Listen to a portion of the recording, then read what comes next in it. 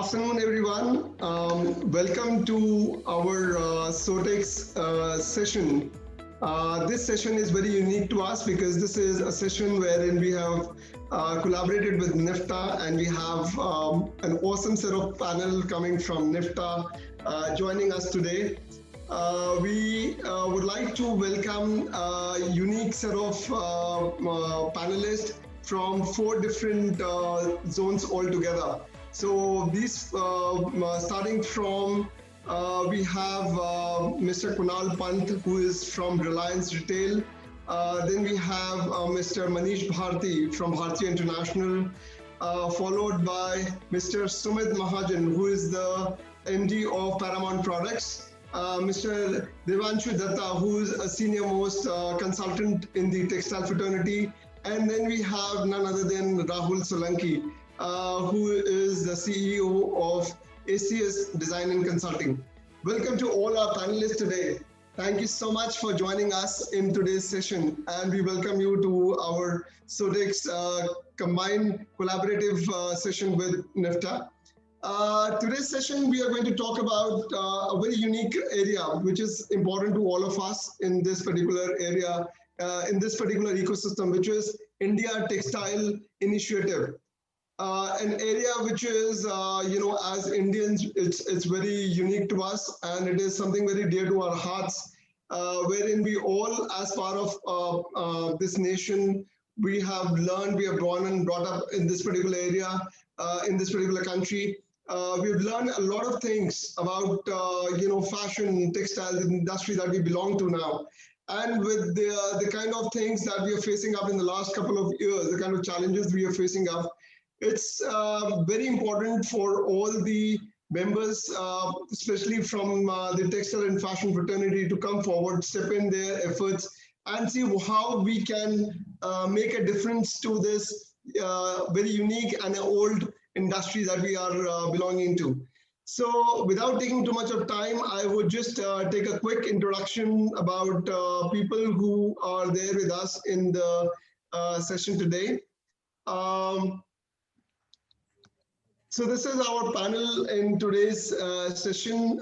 We have 4 panelists, and the session is going to be moderated by Mr. Rahul Solanki. I am Sonal Jain. I'm the host of the evening today. I'm going to just quickly start by introducing to people about SOTEX. SOTEX is a tech aggregator sourcing platform offering business-to-business connections in fashion and textile space. In the global fraternity. SOTEX offers smart tech tools in the source and sales and sourcing areas. It is a unified workflow for users to connect with both buyers and suppliers with the initiative to grow their business. We connect the buyers and suppliers on the platform, both on the app as well as on the web platform.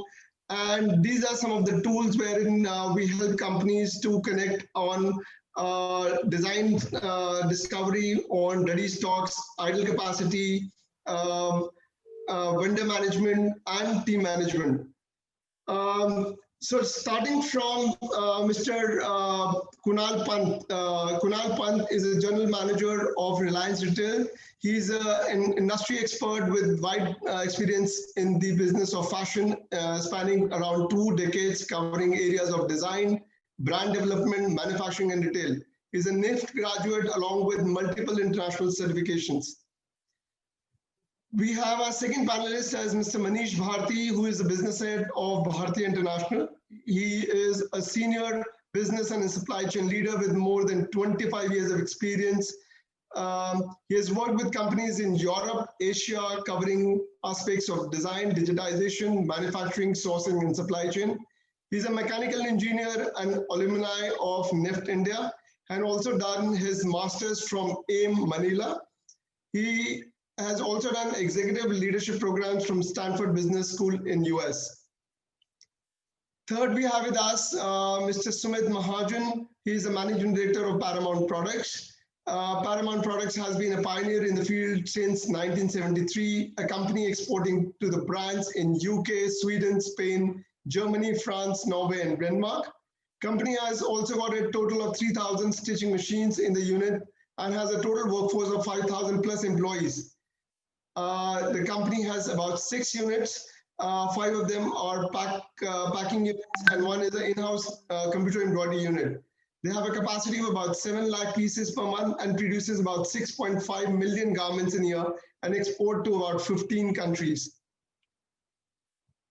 Devanshu Datta is the CEO of Third Eyesight. He's also a managing director of PVC Partners. He holds a BSc honors degree and a postgraduate qualification in marketing. He has undergone a venture capital development and training of European Venture Capital Association by the London School of Business in conjunction with Indian School of Business in Hyderabad.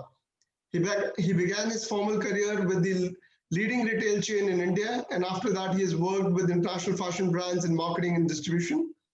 He also has consulting engagements with clients in Asia, Europe, and US, with size ranging with an annual turnover of about US $80 billion. Our moderator for the evening, Mr. Rahul Solanki, is the CEO of Associates Design. Associates Design is a buying house working with the premium segment. Rahul is a gold medalist from fashion design graduate from NIFT. He comes with a background of handling top management positions in the buying house. He's carrying a rich and diverse experience of 25 years in management and sourcing businesses. My name is Sonil Jain. I'm the founder and ideator at Sotec Network. I'm a qualified BCom and an MBA graduate with over 20 years of experience in textile industry. I started my career in the tech insurance as a tech insurance professional, and then joined my joint family business and started my journey from the wholesale side of the business to manufacturing, exports, fashion retail, online B2C platform before starting Sotec Network. And I strongly believe change is the only way to grow in life. With this, I come to the introduction of all the panelists, and I would request Mr. Manish Bharti to please introduce NIFTA to the members of today's session. Yeah, thanks, Sonil, for a very warm introduction and to the session. So NIFTA is actually the alumni body of the NIFT graduates. NIFT was formed in 1986. In 1989, the first batch of fashion design graduated. Subsequently, in 1990, first batch of apparel marketing and merchandising and garment manufacturing technology graduated. In fact, Didi Devanshu, who is today on our panel, is the first batch of 1990. So he's one batch senior to me. And other courses and disciplines added on over the year. Now there are 10 undergrad and postgrad programs. There are about 30,000 active alumni who have graduated from NIFT over the years, and they lead and influence global business of tens of billions of dollars. NIFT alumni work across the entire value chain, from conceptualizing and designing to producing and procuring raw materials, manufacturing finished products, building brands and leading retail networks, as well as in other sectors such as professional services and technology. And today, NIFTA, as we speak, is completing a decade from when the formation actually began. So it's come a long way, and it's a decade that we are celebrating of NIFTA. Thank you, Sonil. Thank you so much for introducing NIFTA, Manishji. And today's session is very unique to us. As we talk about India's textile initiative and the importance of building this initiative, which is very important in today's environment, which is a COVID environment where the things are completely in a different curve or a different tangent altogether. Businesses are coming in, going off, putting on hold. So there is a lot of, dynamism, I would say, is a different word, but a very dynamism which is coming up in today's business environment. And I would say a lot of things have been kind of changing it out. So Devanshuri, since you have been part of this industry for such a long time, and you have seen so many different phases, wherein right from the buyers to manufacturers to the supply chain, everybody has gone through a very different tangent of handling this current situation. Where do you think is India going at this point of time? Sonal, first of all, thank you to Sotex, and Rahul, thank you to ACS for putting this panel together. And I think the idea behind it is very, very important. You know, looking at people coming in from different places within the industry to actually benefit the industry at large. So I'd just like to start with placing the context. If we look at the last about 20 years or the 2 decades of apparel industry growth, textile and apparel exports, particularly, let's take it like that, because we are able to compare it to what's happening around the world and with other industries as well. So if you look at exports from India uh, between 2000 and 2018, textile and apparel exports in 2000 was about 11 and a half, $11.6 billion. And in 2018, it was about $34.7 billion. So it seems like a very, very massive, very healthy growth. Um, and obviously, given that textile and apparel is a very important employment generation sector for the country, it's certainly heartening. But at the same time, if we look at comparing with, say, agricultural and food product exports, India was at about $11.4 billion in 2000. That figure went to 72.8 billion in 2018. So roughly double of, more than double, in fact, of what textile and apparel stands. Chemicals, which India was not really, big in terms of exports, international trade, and all that, went from $4.3 billion to $50 billion in 2018. And if you look at the auto industry, we were not even half a billion. It was about $600 million, $500 million in 2000. That went to about $15.4 billion. So if you look at the growth rates, when the textile and apparel exports out of India grew about 7% a year on average over those 18 years, agricultural and food products grew at about 12%, chemicals grew at about 15%, and the auto industry grew at about 22% average.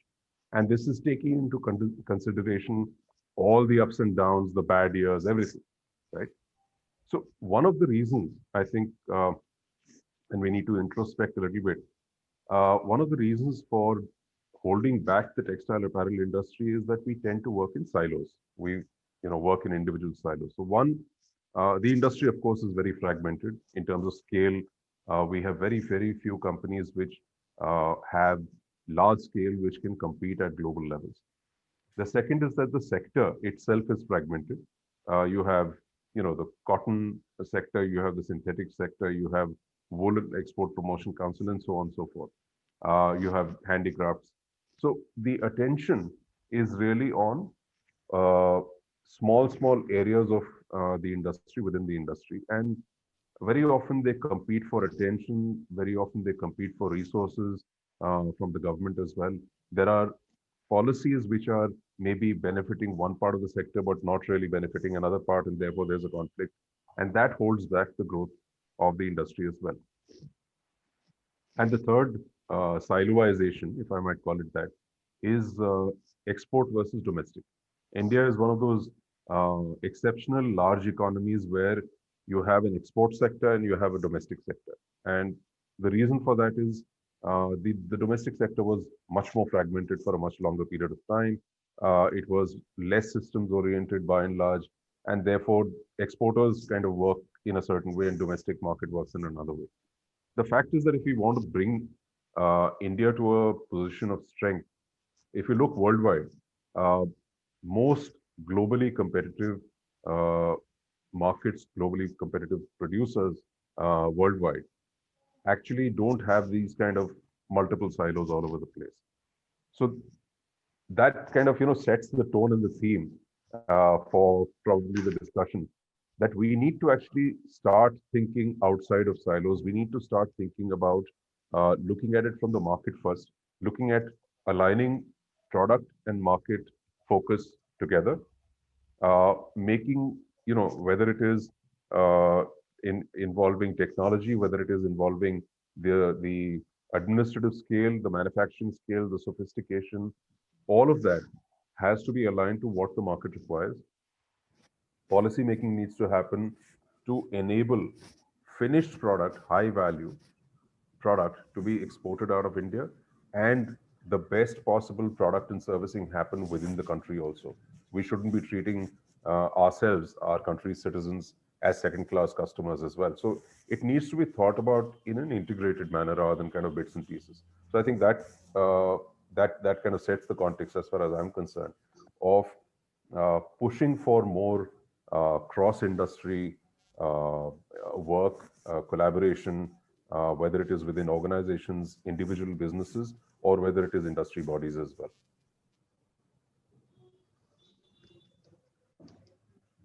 So, Rahul, I would like to pass on this conversation from now onwards. I would like you to take the conversation forward as you have put up the entire, agenda for the evening.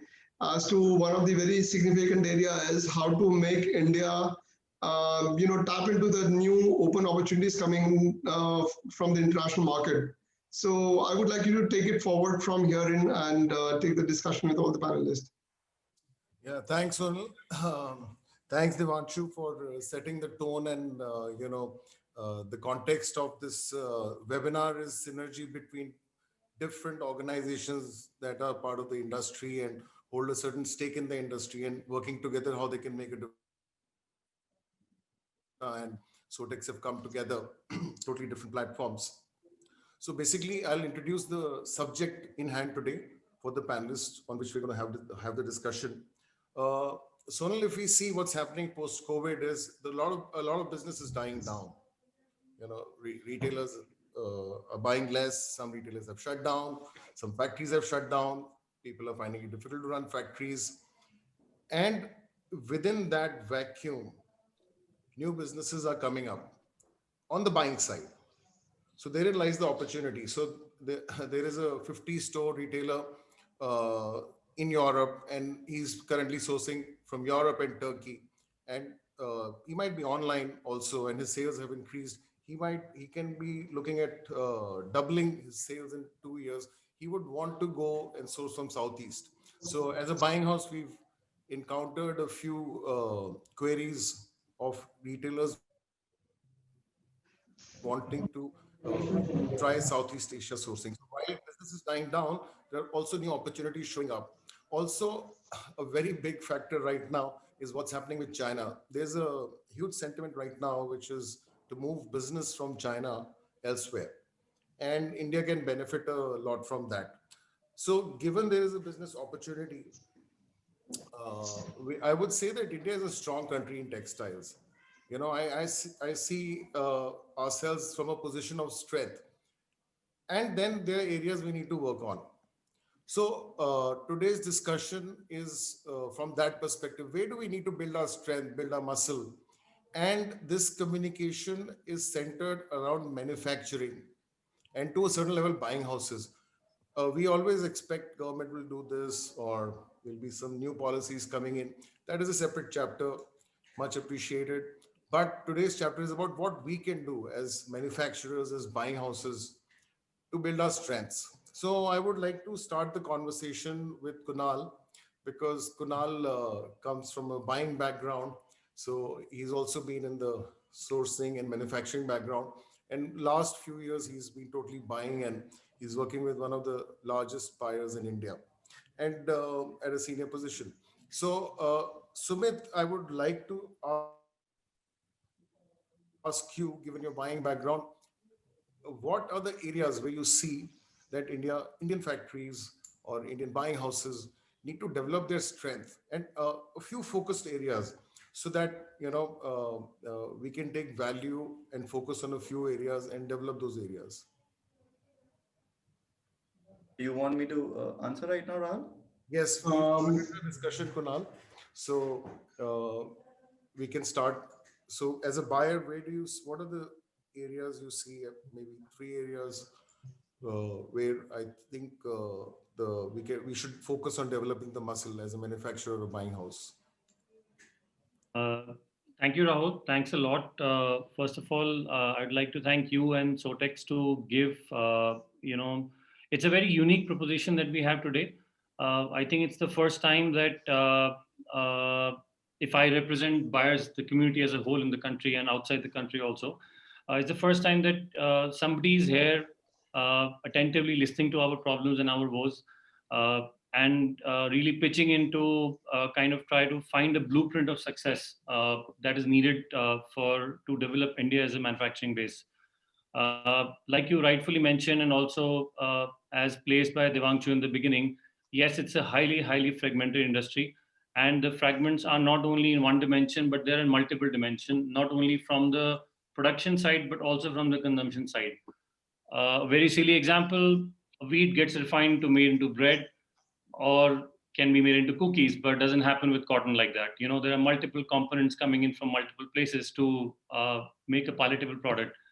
And unfortunately or fortunately, fashion has an expiry. So that's another, dimension that gets added to it. So, the biggest thing that people don't realize about buyers, or probably they do, but is not taken very seriously, is that we place bets. That's what we do.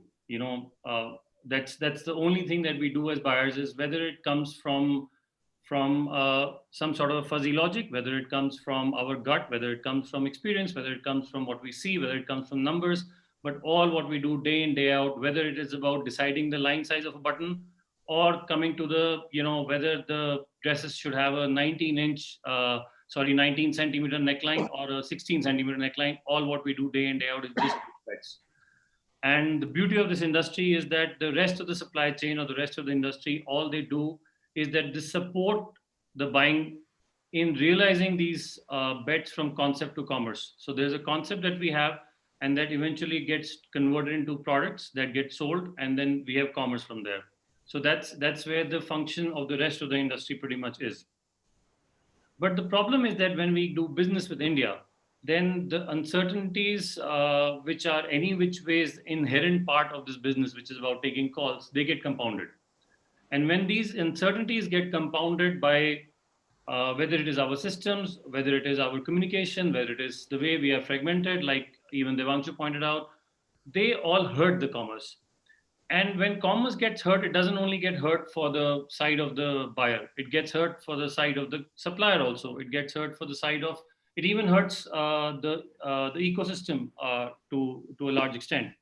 So I would really take this platform to not talk about very basic things like design, not talk about things like costing, not talk about things like, timely deliveries, because all these are hygiene. As a buyer, I know which factory or which country to go to pick up a certain product, but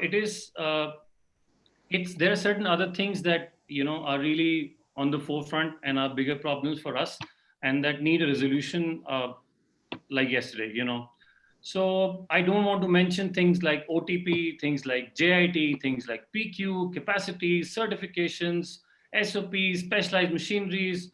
All these, as a buyer, I get a lot of cold calls, I get a lot of cold emails, LinkedIn inquiries, brochures. We are blind to all of this. I mean, I'm sorry to break hearts to many people who sit and make these decks, but we are technically blind to all these things because we don't need to see that.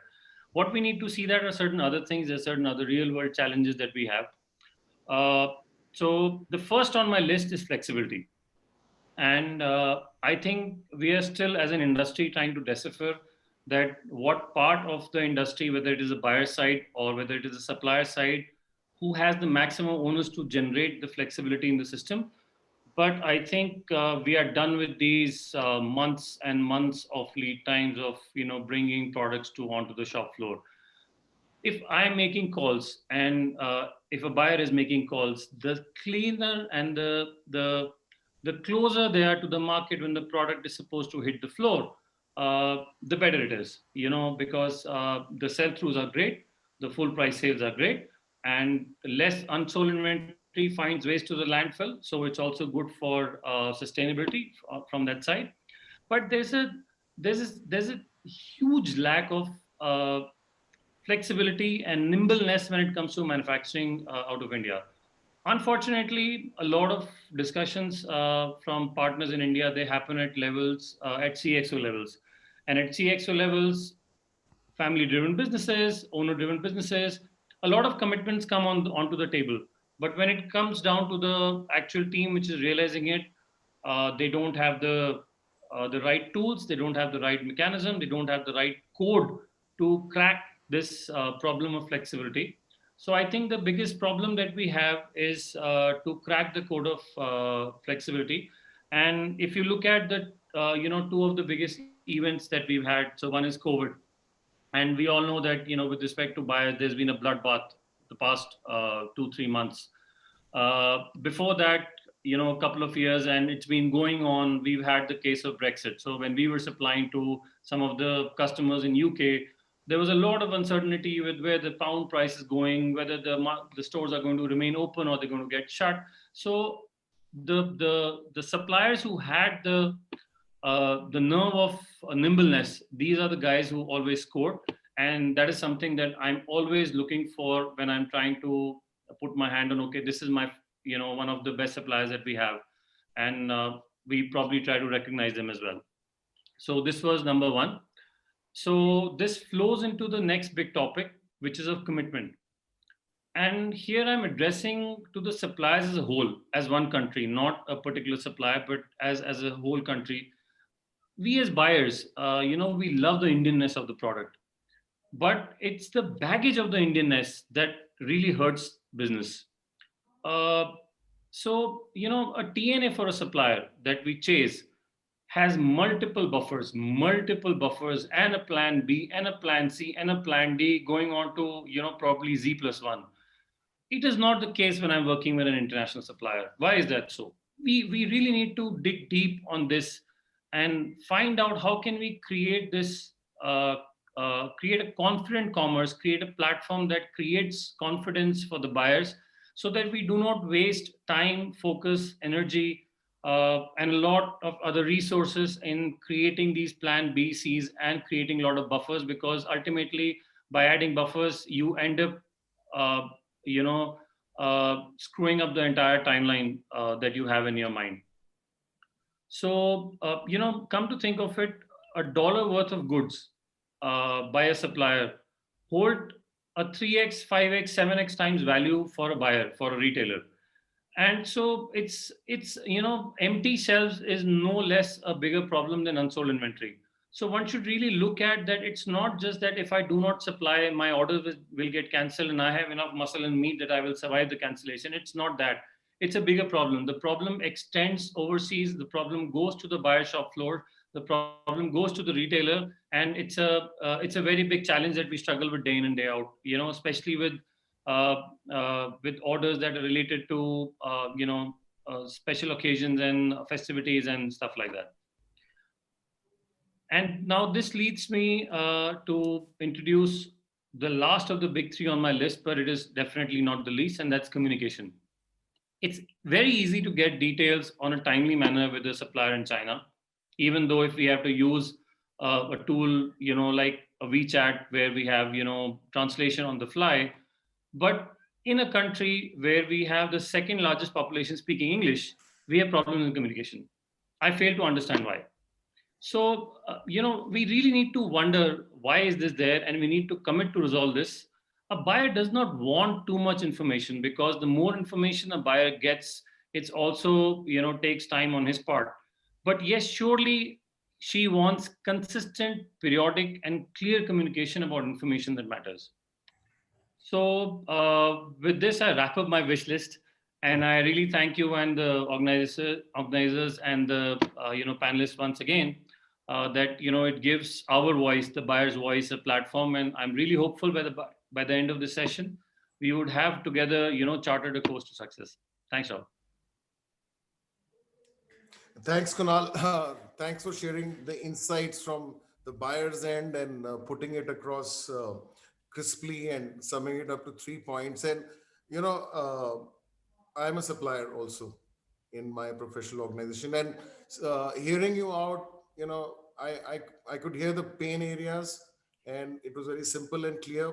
What I could hear is one thing, the first thing you mentioned is flexibility. Second thing is having clear commitments, and third thing is communication. And I'll flow the conversation ahead and now take it forward to Manish Bharti. Now, Manish is working very closely with the buyers, and at the same time, he's working very closely with the manufacturer. So he has an experience of both ends of the world. So I would, Manish would want to dig into the problem a little bit more. I think Kunal summed up pretty well, and it gives us a good base to start answering questions. But Yeah. would you want to add to those points? And then I would, in this conversation, want to take it forward and start looking at solutions also as a manufacturer, as a supplier. Yeah, thanks, Rahul. Yeah, I think some very good insights from Kunal. I want to look at the whole thing about Indian textile exports a little bit in the context of trade. I mean, ultimately, when you talk about exports, you can't talk about export in isolation. You have to look at export in the totality of the global trade, global textile trade. And I would want to look at two sort of ends. I would like to look at the global supply chain. What is the economics, or what is the dynamics that is unfolding, and how India probably can take advantage from an export point of view in terms of the changes that are taking place. So on the global supply chain side, if you look at the geopolitics, it's very clearly today that the US China trade war has been accelerating. And of course, one has to see that now with the change in the US government, the new president, which direction it will go. But my sense is that the broad direction of the US China trade is set, which means that the duties that US would continue to levy on China export would continue. Maybe there would be some rationalization on few items here and there. Now, what does that mean? What does that mean? And also, when we saw during the period of pandemic that a lot of manufacturing, the supply chain which was coming out of China was disrupted, because the supply in Wuhan and other parts of China was the first country which went into shutdown, and that had a massive impact on the supplies, whether you look at the auto parts or the machinery or the other textile fabrics and everything. That kind of, I think that disruption has forced retailers to look at building a resilience in the global supply chain. And what does that mean? The global resilience in global supply chain means that you want to look at something which is not totally dependent on China, which means you want to look at China plus one as a serious your supply chain strategy. Now, when you look at from our sort of textile business perspective, you have seen some clear winners in this case, which is obviously Vietnam. Vietnam has emerged as a preferred destination. You have Bangladesh, which is definitely another preferred destination. And I would say third on that list is India, because obviously India has the fabrics, India has all the elements of supply chain. It's another matter how sort of we bring this to a meaningful position. So another aspect of that supply chain is that China, just to give you a sense of size, the whole China textile and apparel is in the excess of $250 billion. Now that's a massive, massive number if that were to be disrupted.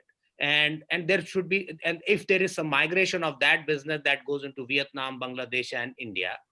The other aspect is that, when we say China produced or managed by China, we have to understand that the Chinese companies, whether it is the manufacturing companies or the trading companies, they are managing this business, which means even if the business is not produced in China, it is produced, let's say, in Vietnam or Indonesia or Bangladesh or Cambodia. This is Chinese investment into different factories who are sort of controlling this business, so that they can still hold on a big part of that market share. They continue to. So I think we got to start thinking a little bit in terms of, while Indian exports is how Indian managed exports, or Indian managed supply chain. I think that's one dimension that I want to bring today to the panel to look at from that point of view. Now, I want to also a little bit talk about, let's briefly look at the demand side. What has happened on the demand side, which sort of becomes very important in terms of what it percolates down to the manufacturing, how manufacturing has to play the ball, depending on the changes that's happening on the demand side. We have seen very clearly with the pandemic that there have been store closures. some store closures have been forced because people have not been allowed to go out. There has been a lockdown and people have just not been able to go out. And what has happened in the process that everybody has moved online. Everybody has started to shop online, if maybe not by choice, but by necessity, because the stores have remained closed. And a lot of brands who were not online have all were forced to move online because they were only selling to stores, or they probably have 5-10% of their sales which were going online, and now they are probably gone to 30%, 35%, or 40% of their sales has moved to online. And we have seen, and that's why we have seen the growth of Amazon in the US, which is now the largest apparel seller in the US, because of the total number of the volume of business that Amazon does. And it's far bigger than any store, any standalone store in the US. The other aspect is that of the private label. Now, what has happened is that the supermarkets, the food, and the necessities, these have continued to remain open. As a result of that, the private label business, with Walmart, or with Sainsbury, or with Asda, you take it, some of these supermarkets have continued to see a traction in private label, because people, when they are going for food, they have been able to pick up some clothing, whether it is essentials or the other things. And so there has been some positive movement for them. And the other thing is that now we come to, let's look at a bit of UK and Europe in terms of, again, ASOS. ASOS has shown a phenomenal growth, and the high street has been massively impacted. Boohoo, Boohoo is another fast growing e-commerce company in the UK, which actually which bought Dorothy Perkins, which is a bricks and mortar retail. And as we talk, there are talks of some other sort of high street retailers which might go into administration. And okay, Boohoo is under sort of radar right now because of their labor practices and the other things. But what I'm trying to say, sort of the trend that is coming out, is the online gaining traction. And some of the big online companies now buying brick and mortar companies. And I think this is going to have a big impact in terms of way they look at the whole supply chain, the way they look at the sourcing. And I think for me, the biggest take on this thing is that how do you respond to this big changes? One side, you see a migration of business coming out of China because of the US-China, what's happening.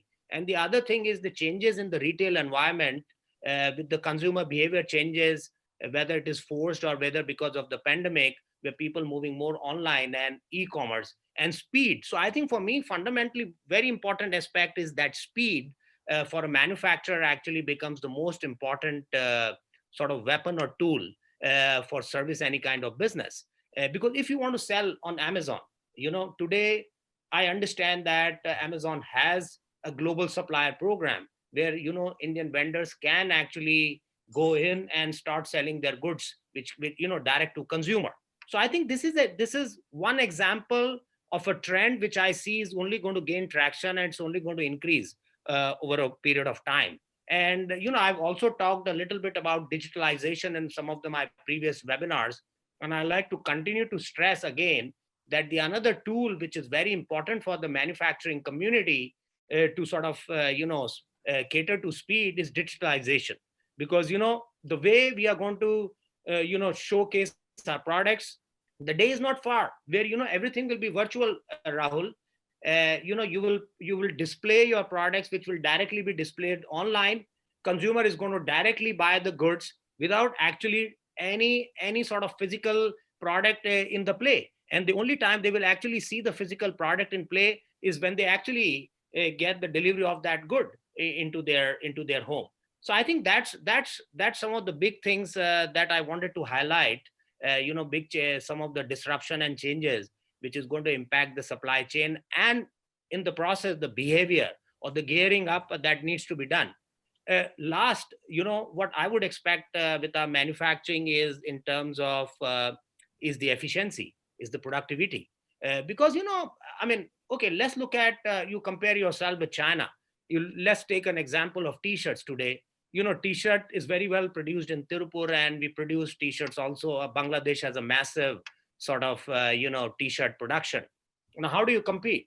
Either you got to go up the value chain and start looking at products which bring value. And I think that's where the vertical aspect, the verticalization of our textile industry comes into play, because I think we would still have strong vertical players who have the fabrics and who can do the production. You look at suitings, where you look at woolen fabrics, you have production of suits that can take place. For an example, you have leathers, where you have the leather in India and you do leather production, which even our company is doing.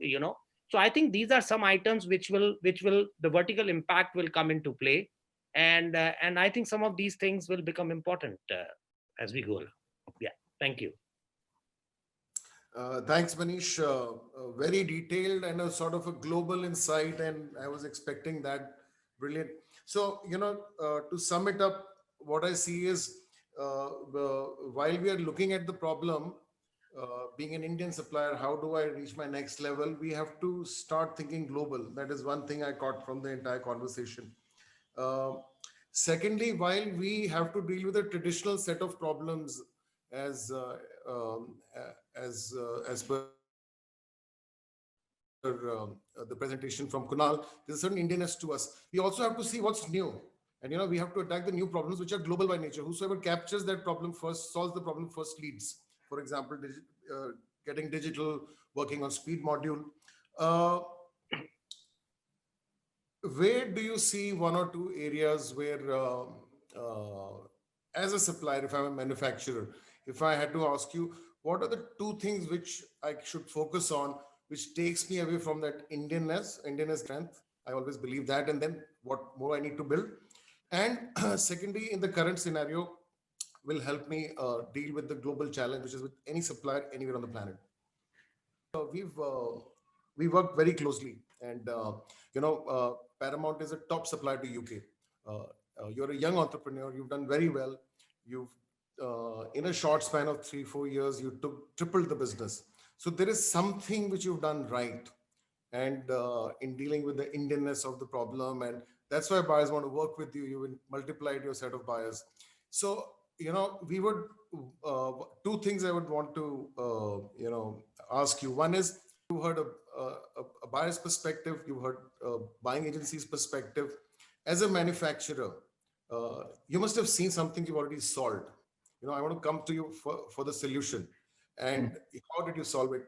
And what are the things that help you grow the business? And then secondly, what are other things which you think you want to put in the space of your business, which will help you grow? I mean, maybe 3 or 4 points. Yeah. So thank you, Rahul, and thank you, everyone. Uh, Obviously, I feel a lot of pressure on me because all of you have been talking about manufacturing and the problem with suppliers and the problem with India, and I feel compelled to take each one of you and your problems. But since we don't have so much time, we can maybe meet offsite, and it'll take a day for us to have this complete discussion. But the limited time that we have, I think I'll touch upon small aspects of the main aspects of what I think is the real problem. I mean, I've been in the trade now for 15 years, and I think there has been a tremendous change in the last 15 years from when I entered the business and what the expectation of the buyers is today. So I think firstly and foremost is that I think the companies today, after this whole pandemic, and I hope this pandemic gets over quite soon, is going to be that yes, retail is going to change in a very big way.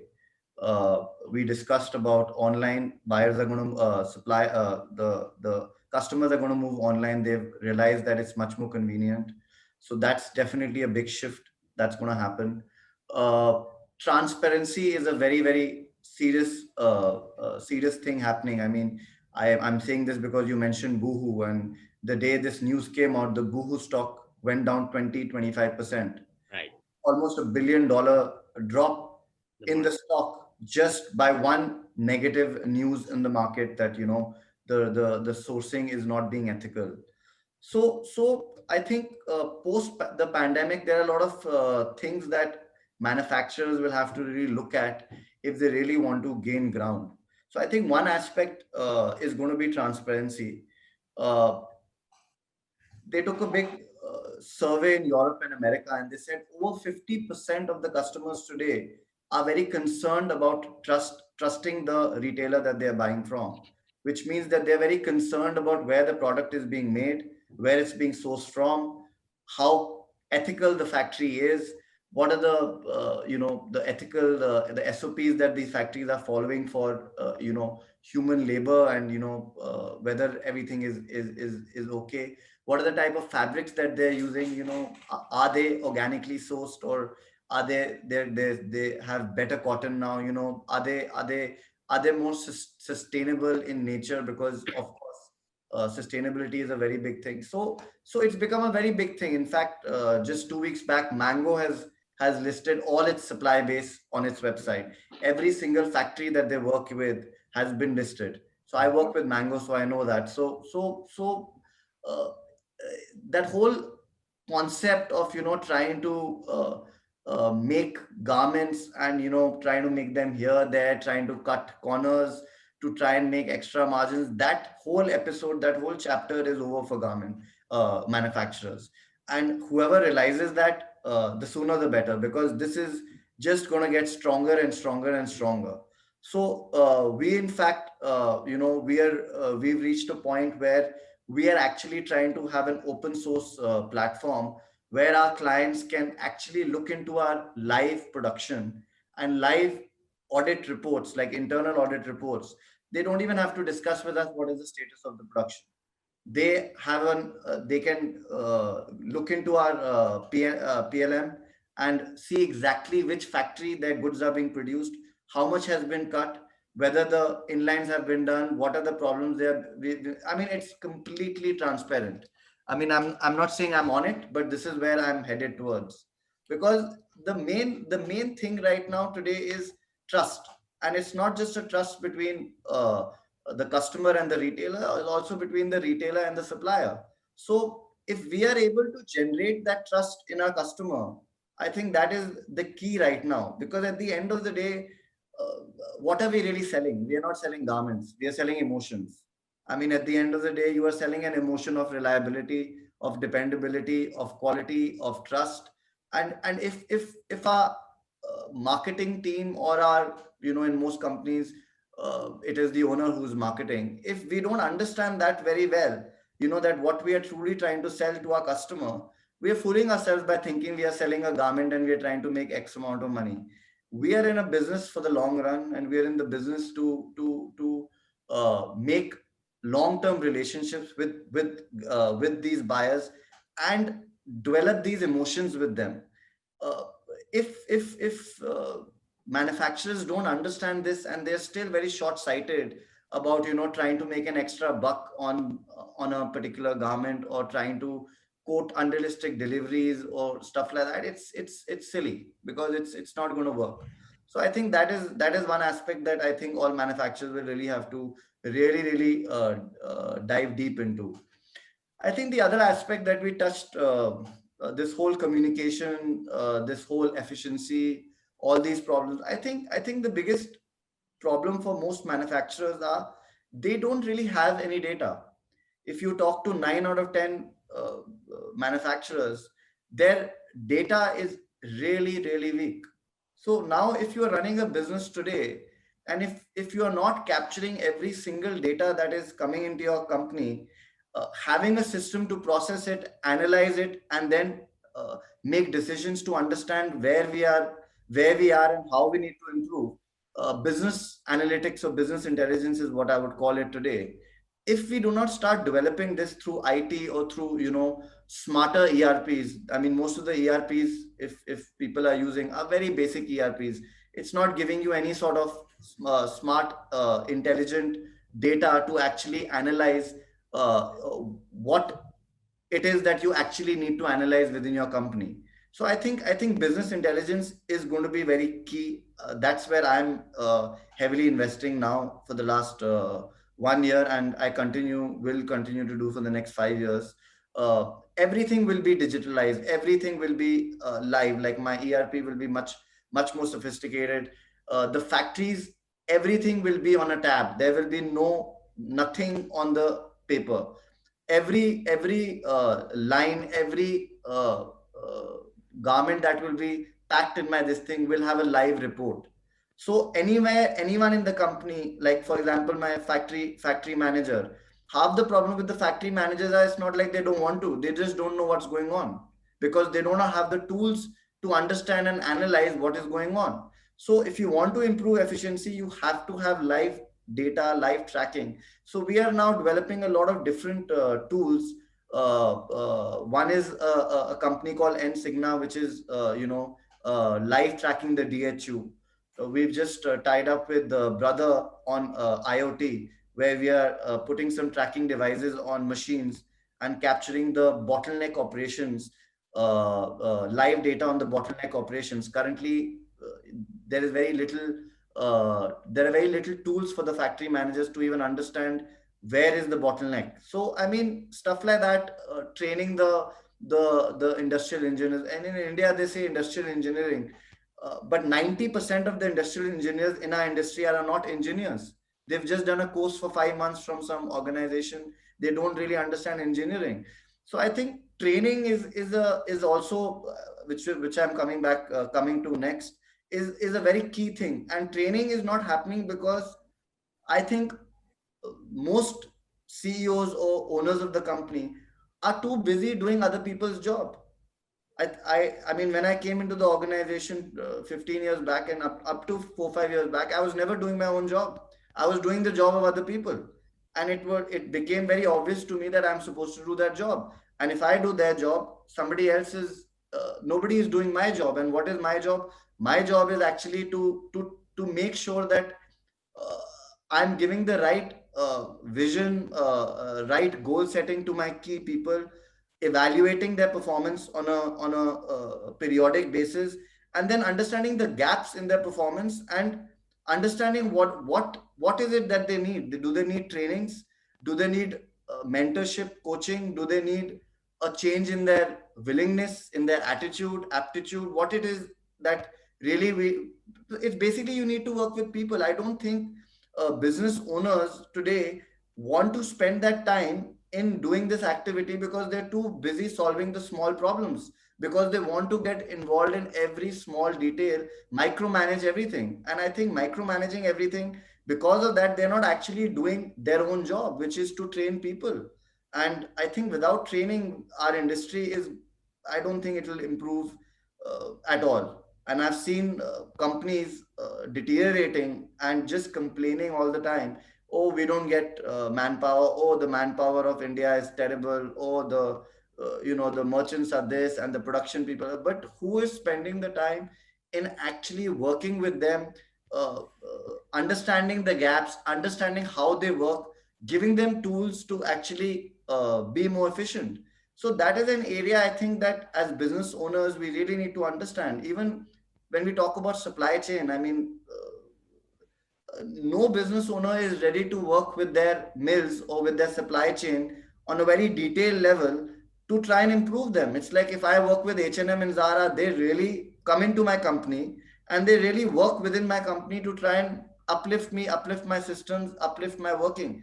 But as manufacturers, we don't feel the need to do that to our supply base. So I think for the younger people in this business, I think it's very important that we all understand that we cannot continue running the show the way we have been or the way our fathers have been doing it. We have to create that change, and that change is going to come from us. It's not going to come from anyone else. So instead of cribbing about how the environment is, we have to physically get out there and start doing things about it, like have strategic partnerships with certain mills, then actually work with these mills very deeply, like to understand their challenges, their difficulties, their quality issues, their delivery, and train them into understanding how the global standards are. What we do is if we face a problem with one mill, we'll stop working with them, we'll give it to another mill. That mill starts working for 4 days, for 4 months, 5 months, he has a certain problem. Okay, he's not good in price, let's move to the other mill.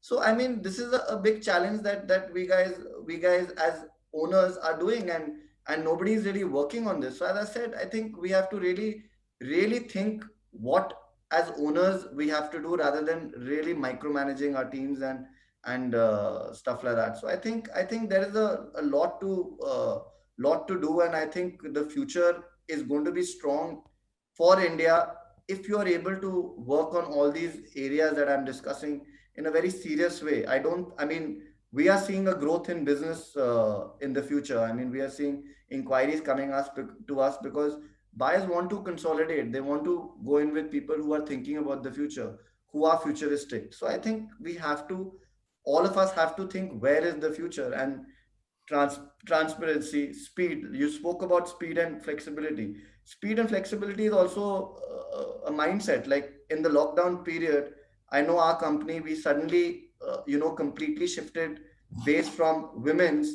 We were a 95% women's company, but because of women's business slowing down, woven's business slowing down, we started getting into kids, we started getting into jersey, we started getting into shorter runs. Normally we did minimum 4,000 pieces, we started doing 1,000 pieces. We reorganized our lines in our factories to start doing short runs. So flexibility is going to be key. I mean, that's going to be the future. So I think we have to really partner up with our guys, and start marketing to the buyers uh, on the things that are important to them in the future, not just the past. And I think there is a lot of things that even me on a daily basis I'm doing. But yeah, it's not an impossible task. It's a tough journey, but it has to be started from someone. And we as business owners, we have to take ownership rather than crib about it. I think that is my two words about this whole thing. That's brilliant, Sumit. I'm so excited, to hear you out, and how and I've actually seen it in action, how when you joined Paramount as a young entrepreneur, how you took it forward. And, I really relate to what you just said, that where is the future? When you're working together, I could see that's where you're looking at changing systems, bringing in new concepts, uh, looking at design in a whole new way. Thanks a lot. That's very brilliantly presented, and really solves a lot of questions that are there on the board. Uh, from Sumit, thanks, and I'll further move to Devanshu. Now, Devanshu is a top consultant in the industry, and he's CEO of Third Eyesight, and he's worked across uh, all formats of the industry, from big retailers to big manufacturers, and he's also an expert panelist on all media. And his views after hearing from the buying to the buying agency to manufacturer. I'm really looking forward to hear your views. I think you've had enough of problems, more from the solution. Where, out of the so many solutions which are there on the table, where do you see the two, three important things which would make a real difference to a small to medium scale factory? So, Rahul, I think if I might actually just uh, usurp the role of a sutradhar from you for a moment, and pick up from three very important things that the three gentlemen spoke about. So let me pick up from Sumit first. I think the whole approach of taking charge, taking ownership of whatever changes need to happen. I think that is very, very important uh, to be able to acknowledge that there needs to be a change, and then to be able to take action and move yourself and your organization on that path of change is very important. So let's say, for instance, the technology and the tools that Sumit talked about, they are not something which are completely new or novel. They've been around for, at least for 2-3 decades. But the fact is that here is someone who's willing to apply the technology, the tools, to change the processes, to create the transparency and say that, the buyers need to have visibility into where their orders are, confidence that they know what's happening in their pipeline. Number two, I don't have to bat thousands of emails back and forth and employ, to just answer routine queries. I think that itself is a huge shift forward. One of the issues buyers have with India is confidence of predictability. I think, and that's something which, we're talking about international buyers with India. It also happens within the domestic buyer and supplier relationship. there is this subtle lack of trust, which unfortunately plagues our relationships in the textile apparel sector. The second thing I think Manish, as he put it, look at it from a global perspective. I think if we are, and as I mentioned also in my earlier remarks, that any industry is not competing in today's world, regardless of whatever trade barriers there might be. Any industry is not competing within itself. We're competing globally, whether it is for raw material, whether it is for intermediates, or whether it is for finished products. And there is no reason why you shouldn't benchmark yourself with the best. I think one of our two very good examples are Vietnam and Bangladesh. They were